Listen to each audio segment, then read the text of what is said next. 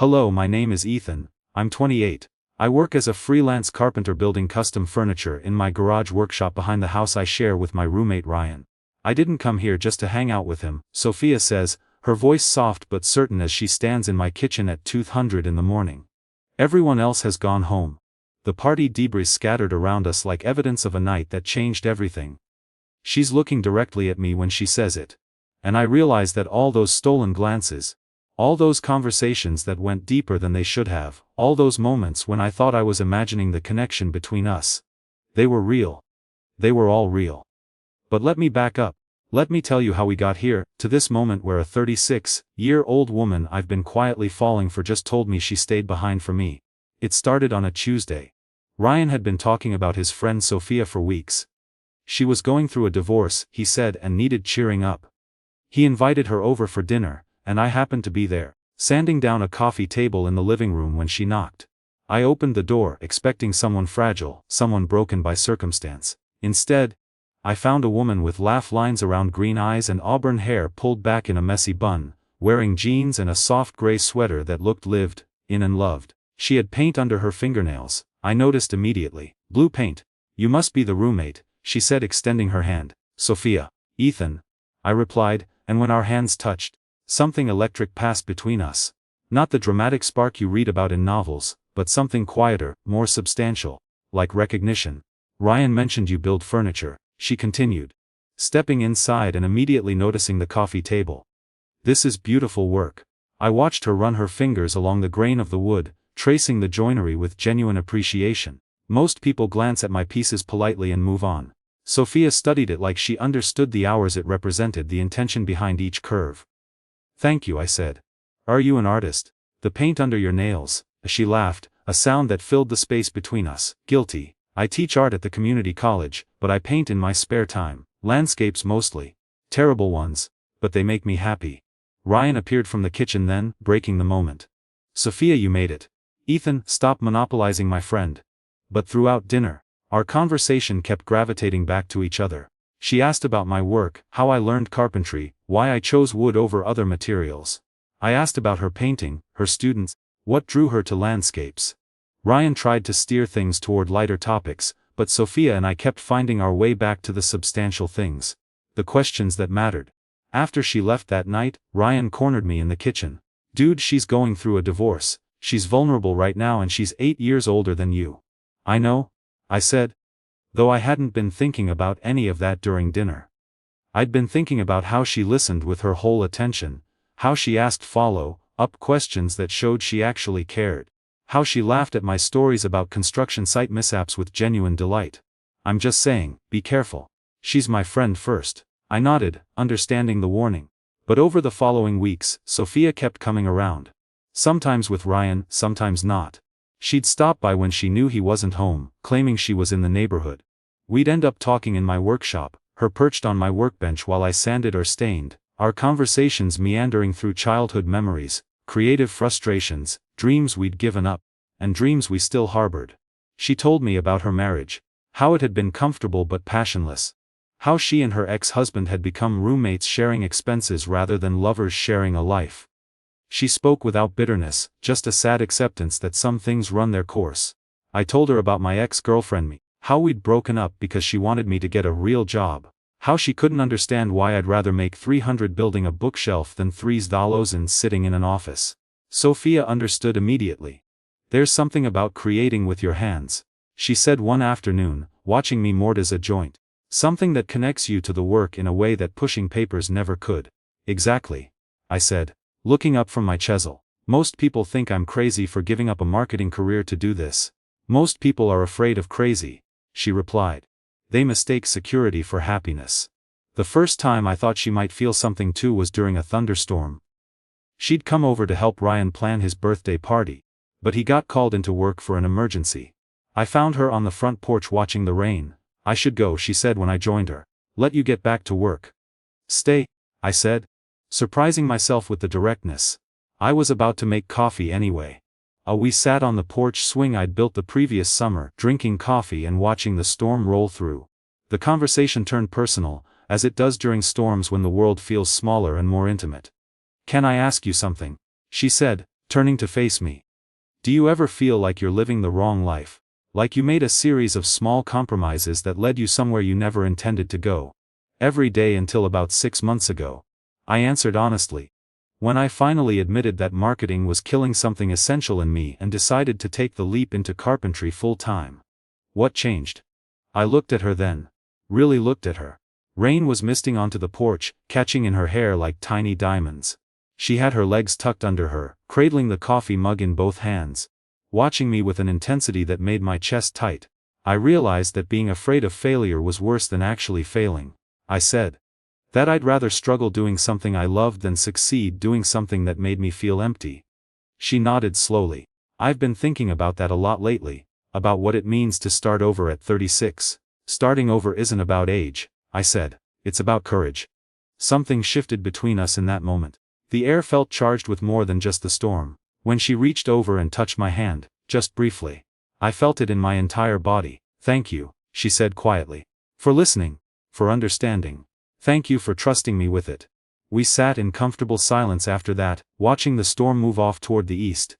When she finally left, I stayed on the porch for another hour, replaying every word, every glance, every moment her fingers had brushed against mine. The weeks that followed were a careful dance. She'd come over for Ryan's parties and gatherings, but she'd always find reasons to slip away to my workshop. We'd talk while I worked, her asking questions about joinery techniques, me asking about her latest painting. The conversations were safe on the surface, but charged underneath with everything we weren't saying. I started looking forward to her visits with an intensity that worried me. I'd catch myself listening for her car in the driveway, watching the clock on evenings when Ryan mentioned she might stop by. When she was there, I felt more like myself than I had in years. When she wasn't, I felt her absence like a physical ache. Ryan noticed, of course. He started making pointed comments about age differences and rebound relationships. He reminded me frequently that Sophia was vulnerable, that she needed friends, not complications. I tried to respect his concerns, tried to keep my distance, but Sophia made it impossible. She'd text me pictures of sunsets she thought I'd appreciate. She'd bring me coffee when she knew I was working late in the garage. She'd ask my opinion on everything from paint colors to weekend plans. Slowly, carefully, she was weaving herself into my daily life. The turning point came in mid-November. I was working on a dining table, a commission piece that was giving me trouble. The grain was fighting me. The joints weren't sitting right and I was getting frustrated. Sophia found me in the garage at 9:00 p.m., swearing at a piece of walnut that refused to cooperate. Rough night? She asked, settling onto her usual perch on the workbench. This wood has a vendetta against me, I muttered, setting down my plane. I've been working on this joint for 3 hours, and it's getting worse instead of better. She hopped down and came over to look. Can I see? I handed her the pieces, watched her examine the joint with the same attention she'd given my first coffee table. Her fingers traced the wood grain, testing the fit, understanding the problem without explanation. The grain is running against you here, she said, pointing to where the wood was splitting. What if you approached it from this angle instead? She was right. I could see it immediately once she pointed it out. But more than that, I could see her seeing it, understanding my work in a way that felt intimate and important. You have good eyes, I said, taking the pieces back. I have good teachers, she replied, and the way she looked at me made my breath catch. I made the adjustment she suggested, and the joint came together perfectly. When I looked up to thank her, she was standing closer than before. Close enough that I could smell her perfume, something light and floral I'd started associating with contentment. Sophia, I started, not sure what I was going to say. I know, she said softly. I know this is complicated. I know Ryan is worried. I know I'm older. And I'm technically still married even though we've been separated for 8 months. And I know this probably isn't smart for either of us. But, I asked, because her tone suggested there was one coming. But I haven't felt this connected to someone in years. Maybe ever. And I don't want to pretend I don't. I set down my tools and turned to face her fully. I don't want to pretend either. But Ryan is right about some things. You are going through a major life change, and I don't want to be someone you regret when you're thinking more clearly. She stepped closer then, close enough that I could see the flecks of gold in her green eyes. Ethan, I've been thinking clearly for months. Clearer than I have in years. This isn't rebound confusion or loneliness or whatever Ryan thinks it is. This is me recognizing something real when I see it. What are we doing here, Sophia? I asked, Because I needed to hear her say it. I don't know, she admitted, but I know I don't want to stop. That night, we didn't kiss, we didn't cross any physical lines. But we crossed an emotional one that felt just as significant. We acknowledged what was happening between us, gave it name and weight and reality. After she left, I couldn't sleep. I kept replaying her words, the look in her eyes, the way the air had felt charged with possibility. The next few weeks were different. We were still careful around Ryan. Still maintained the pretense of casual friendship when he was around. But when we were alone, the pretense dropped. We talked about what we wanted, about the obstacles we faced, about whether we were brave enough to see where this could go.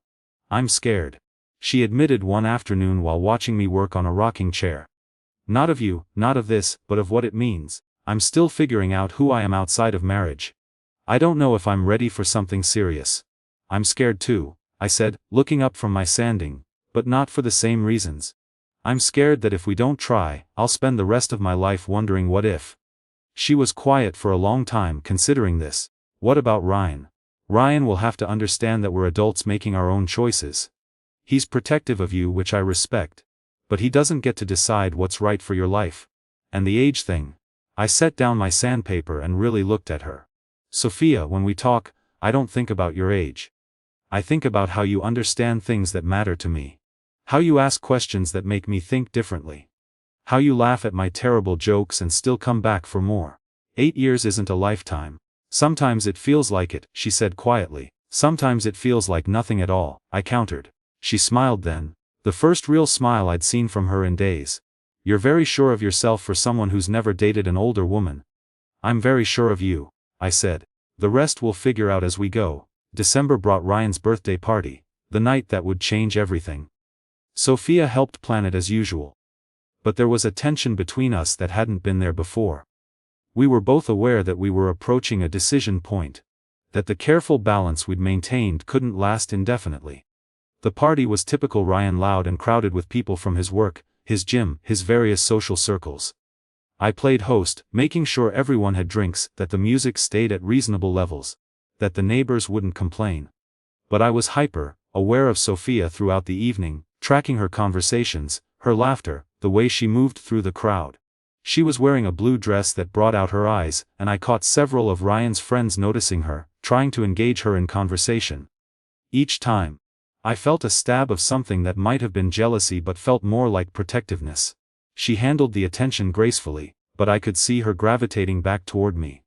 Around midnight, people started leaving. Ryan, slightly drunk on birthday enthusiasm and craft beer, was holding court in the living room with his core group of friends. Sophia was helping me clean up in the kitchen when Dylan, one of Ryan's gym buddies, cornered her by the sink. "So you're the artist friend," he said, standing too close. "Ryan mentioned you're recently single." I was loading the dishwasher, trying not to obviously eavesdrop, but I could hear the discomfort in Sophia's voice. "I'm separated, yes. Still figuring things out."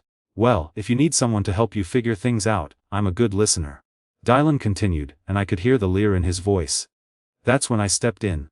"Dylan, I think Sophia made herself clear." He looked between us and I could see him putting pieces together. "Oh, I see. Sorry man. Didn't realize you had dibs." "Nobody has dibs," Sophia said sharply. "I'm perfectly capable of making my own decisions about my life." Dylan held up his hands in mock surrender and wandered back to the living room. Sophia and I were left alone, the tension from the interaction still crackling. "Thank you," she said quietly. "But I could have handled that." "I know you could have. I just didn't like the way he was talking to you." She looked at me with an expression I couldn't quite read. "Ethan, what are we doing? This pretending we're just friends while you get protective and I gravitate toward you all night. This isn't sustainable." Before I could answer, Ryan appeared in the doorway. "Everything okay in here?" "Fine," Sophia said quickly, "just cleaning up." "You don't have to do that," Ryan said, swaying slightly. "It's my birthday. We've got this," I said. Ryan grinned and disappeared. By 1:30, most guests had left. Ryan was saying goodbye to the last few, and I was taking out trash when I realized Sophia was still there, sitting at the kitchen table scrolling through her phone. "Waiting for your ride?" I asked. "I drove myself," she said. "I was just not ready to go home yet." Ryan appeared again looking tired. "Sophia, you don't have to stay and help clean. Ethan and I can handle the rest tomorrow." "Actually," she said, standing, "I was hoping to talk to Ethan about a project. Something I wanted to commission." Ryan looked between us, suspicion creeping in. What kind of project? Bookshelves for my new place, Sophia said smoothly. Built-ins for the living room. It wasn't entirely a lie. She had mentioned needing storage for her upcoming apartment. But Ryan wasn't buying it fully. Okay. Well, I'm exhausted.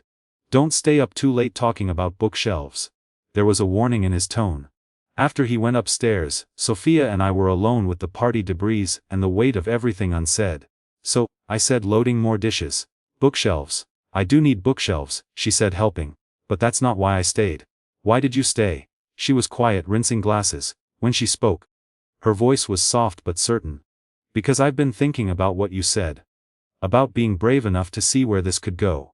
And I realize I've been letting other people's concerns dictate my choices for too long. First my ex-husband, now Ryan. I'm tired of it. I stopped and turned to her. What are you saying? I'm saying I'm a grown woman who can make her own decisions. And I've decided I don't want to keep pretending I don't have feelings for you. My heart beat faster. Sophia. I know it's complicated, I know Ryan won't like it. I know there are obstacles. But I also know I haven't felt this way about anyone in years, and I don't want fear to make this decision for me. Are you sure? I asked. Because once we cross this line, there's no going back, she finished. I'm sure. Then, looking into my eyes, she added, I didn't come here just to hang out with him. The kitchen fell silent except for the hum of the refrigerator. We stood facing each other, at the edge of a cliff, deciding whether to jump. What happens now? I asked. Now we see what happens, she said, stepping closer. If you want to. I reached up and touched her face, tracing her cheek with my thumb. Her skin was soft and warm. When she leaned into my touch, something settled in my chest. I said. I've wanted to for months. Thou good, she said, smiling. Because I was starting to think I was imagining all of this. You weren't, I said, and then I leaned down and kissed her. It was soft and tentative at first. Then deeper as we realized this was happening. When we broke apart, she rested her forehead against mine. So, what do we do about Ryan? We tell him the truth, that we're adults who care about each other and want to see where this goes. He'll either understand or he won't, but we can't let his approval decide. She nodded. It won't be easy. The best things usually aren't.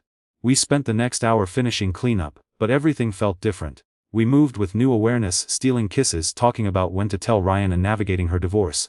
I should go, she said finally. It was nearly 300 m. Probably, I agreed, but neither moved. This is going to change everything, she said. Good, I replied. I was getting tired of pretending. She laughed, that sound I'd grown to love. Me too. I walked her to her car, and we talked in the driveway for another 20 minutes. When she drove away, I watched her taillights disappear, the house feeling quieter but alive with possibility. The next morning Ryan was making coffee. He looked up, question in his eyes. So, bookshelves, among other things, I said. We need to talk. He sat down. How long? Since the first night she came over for dinner. And her. I think she's interested too, has been for a while. Ryan sighed. Ethan, she's my friend. She's vulnerable. And she's 8 years older. You're in different places. I knew his concerns were valid, I know. But she's a grown woman and so am I. Not trying because we're afraid isn't the answer. If it crashes and burns, then we deal with it. But I'd rather risk and fail than wonder what if. You really care about her. I do. And I think you underestimate her. Ryan sighed longer. I don't like it. You don't have to, but I hope you respect it. If you hurt her. I won't intentionally. But relationships involve risk. He stood, poured more coffee. Okay. But conditions don't do this halfway. If you're pursuing her, make it real. Agreed. And talk to me if problems arise. Don't shut me out, okay? And if it ends, handle it like adults, no drama. We'll do our best. All right then. I guess you're dating my friend. God help us all, he said, but smiling. That afternoon, I texted Sophia, talked to Ryan. Want to grab dinner tonight and discuss bookshelves? She replied. How did it go? Better than expected. He has concerns but respects our choices. Good. Yes to dinner. Pick me up at 7. It's a date, finally, she replied. Our first official date was at a small Italian restaurant, intimate for conversation. We talked openly about attraction, hopes, challenges. So, what do we tell people? She asked over dessert. About the age difference, the timing. The truth. We met through a friend, connected over shared interests, taking it one day at a time. And when they point out I'm older. We've noticed. And it doesn't matter to us. You make it sound simple. Maybe it is. But Ethan, practical things. I'm still technically married. The divorce should be final soon. Then we take it slow, I said, figure out what we want. And kids, I'm 36, I've thought about it. I want them someday, but no rush, we have time to see if we're compatible. She took my hand. I'm scared of getting this wrong again. I'm scared too. But more of not trying. That night, I kissed her goodnight on her steps. It felt like the beginning of something real. The next months were a dance of getting to know each other. Dates, quiet evenings, introducing friends. We weathered questions with grace. Her divorce finalized, we celebrated at our first date restaurant. Now what? She asked. Keep going, I said. I love you, she said suddenly. I love you too. 6 months later, we moved into a small house with light for her painting and space for my workshop. Ryan helped move, grumbling but approving. You're good for each other, he said. Thanks. Means a lot. Don't screw it up, he grinned. Now a year and a half later, we're planning our wedding small in our backyard. Ryan's best man? Joking about taking credit for introducing us, forgetting his initial discouragement. People still comment on age and speed, but we've learned to ignore. We know what we have: connection, balance. She brings wisdom to my impulsiveness, I bring spontaneity to her caution. Sometimes I think about that kitchen night. The moment everything changed. When she had the courage to stay and speak her truth. Last week, at dinner with Ryan and his girlfriend Harper, she asked how we knew despite complications. We just knew, Sophia said. Everything clicks when you find your person. Plus she laughs at my terrible jokes, I added. True love. Later alone, Sophia asked, regret it? Never. You? Never. Best decision. Staying after that party. Best decision asking you to stay. In our kitchen, doing dishes, everything different, no pretending. We were us building a life. I love our life, she said. Me too. We were brave enough to choose it. Sometimes the best things require courage. To admit what you want, ignore others, risk misunderstanding. Love isn't perfect conditions, it's built in imperfect courage, one conversation, one day at a time. If this spoke to you, tell me in the comments. What's one truth you've been afraid to say out loud? And what would change if you finally said it? I read everything. For more stories like this, subscribe and turn on notifications. Join this community choosing courage over convenience, depth over performance, love that's built, not performed. Your next brave step might start here. Age is just a number. Timing is circumstance. What matters is connection, shared values, willingness to build. We have that, choosing each other daily. That's love, the real version, built one quiet evening at a time. It started with her courage to tell me why she stayed.